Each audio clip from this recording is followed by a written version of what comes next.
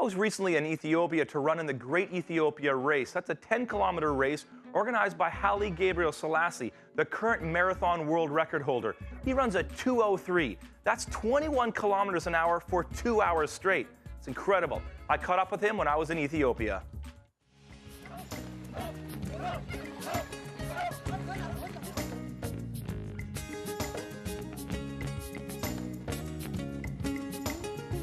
Hallie, you started this run in Addis. What was your dream for this run? My dream was, just to have a race like what I see in London, New York, and Berlin, whatever. That was my dream, just to host one special race for Ethiopia, and that's why we started this Great Ethiopia run, and we succeeded there. We're starting a run. We're doing a run in Vancouver, Canada, in Abbotsford, called Run for Water. It's to raise money for water projects in Ethiopia. What could you inspire us? What could you give us an inspiration for? Well, first of all, the things what you are doing, it's really, really wonderful. Imagine, this is, we Ethiopians, there is, just two birds with one stone, which means, just you run, and then plus you do, you collect something for others. We're really so happy. We're happy that, and that's the thing, just what I'm trying to tell to the people. Running is, it's not just a sport, just you do one time and you stop. Please, keep it up, and then you see the result. Which means, just a part of, must be part of your life, and that's just. Thank you, Hallie. You have a motto that says it is possible. You started from nothing and you've become the world record holder. What continues to drive you every day? What gets you up in the morning and drives you forward? Well, I have just like a dream, a plan, and like every day, just when I wake up, I wake up with just a new vision. Like to do something. There is just a kind of goal, which means just it's like a kind of motivation. And some people they thought, oh, maybe this is difficult to do, it's impossible. There is nothing. To say impossible. Everything is possible. The only thing what you need, just yourself. It's a question of just how can you make it things possible? It's you, not just the team. If you, you can do things impossible and possible. It's, the things just depend on yourself. If you, if you think this is possible, it's possible. If you think things is impossible, it's possible. Hallie, thanks so much. Do you think you can ever break a 2-hour marathon? I love to do that. Of course, I'm just thinking about to break it. Again and again. Who knows? I think you can. Thank you so much. It was great to meet you. Thank you. Coming up after the break, I'll learn how to take a roundhouse kick to my head, and my friend Dan Murphy, who covers the Vancouver Canucks.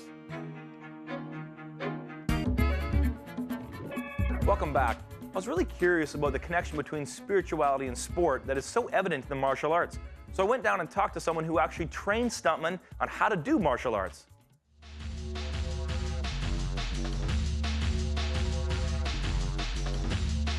You're in an amazing studio here, the Action Room, is that what you call it? Yes, sir, the Action Room. Your history and your background's in martial arts, kickboxing, you train stuntmen, but when you first started in martial arts 40-some years ago, what is it about martial arts that has a connection into spirituality and the spiritual traditions? Well, I think the martial arts in general have a natural sort of affinity to philosophy and spirituality. It's sort of a living manifestation of it. We, of course, tie all of the activity into meditation, into breathing. Why? What is that about? Because unlike, let's say, soccer or football, right.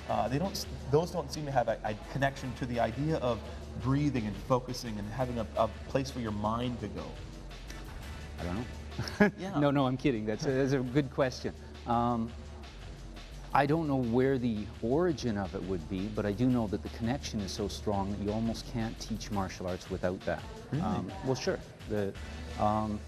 Martial arts are very much tied into the idea of mindfulness, of being in the moment and not thinking about the past or thinking about what happened in the future, but being right here, right now. So that's a deeply Buddhist concept as well. Absolutely, absolutely. So, for instance, when you are teaching your students or when you yourself are in the midst of a karate exercise, how do you bring that mindfulness to bear? I think a lot of it you do by example.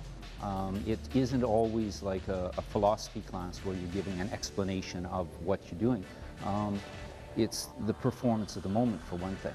Simply by everything you're doing when you're throwing punches, when you're throwing kicks, when you're tying, you're breathing together, it changes your mental state in a way that it's very hard when you're sparring, for example, and when we're throwing punches and kicks back and forth, to be in the mundane aspect of thinking about, gee, I got to go to the bank later on. Right, because there's a guy going to hit you. Yeah, exactly. You have to be right there. You have to be there. When I was in grade 10, my buddy Dan said in front of the entire class that his dream was to actually follow the Canucks as a reporter.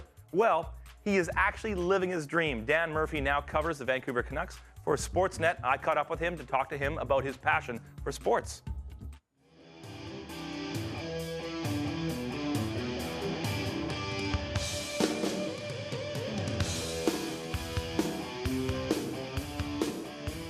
So Dan, I mean, I grew up with you. You love sports ever since you were a kid. I remember in grade 10 you said, I want to follow the Canucks as a journalist. And I went, everyone does. You're never going to do that. You are. You're doing it. You're living this stuff. How come you love sports so much? I don't know. I guess when you're all kids, you play sports for as long as you can. And then if you can't make a career out of playing it, if you love it, then the next best thing is talking about it or covering it. And I just figured that was the way to go. So got involved. How'd you first get in? I did like community work in Abbotsford. They had one of the only trucks that produced live events. I was doing high school basketball and I was doing some Pacific International Junior Hockey. Went away to university and kind of didn't do it for a while. And then after I was done at university, I still wanted to kind of pursue it, so I went to BCIT, and then after that, kind of got a job and got rolling. You have sports page, now Sportsnet, and so, I mean, when people look at you, they think, wow, the guy gets to go in the dressing room, chat with the Canucks, you know these guys, you travel with them. You know, what's the one thing you love about your job? One thing I love about the job is that I get paid to watch hockey. For the most part, I mean, that's the best part. I mean, it's I've caught myself a couple times before. You're a little bit tired, and then I'm like, I got to go to work. I got to go, I got to watch hockey. Got to go watch the cover of the Canucks and the Canadiens, and you're like, wait a second. I mean, it couldn't be any better than that. So the best part is just that. I mean, it's reality television at its best. You never know what's going to happen. You never know which way it's going to go, and there's ups and downs and excitement. So I think it's just the unpredictability of it all is another good thing. What's the downside? I mean, I would think traveling on the road, being gone for all those games, sitting in hotels, but for you, what's the downside? Well, some of the travel gets old. It depends what the road trip is. If the road trip Chicago, New York, Denver, it's great. If it's Detroit, Buffalo, Raleigh, Carolina, it's not great. So it depends where you're going. But yeah, sometimes it gets a little, a 2-week road trip, you're getting home at 3 or 4 in the morning at the end of it, 7 o'clock body time. But it's a lot of travel, but they make it as easy as possible to travel. So sometimes road trips are great, and sometimes you're like, I'd rather be staying home, but it's not that much. Coming up after the break, I participated in the largest 10K run in all of Africa.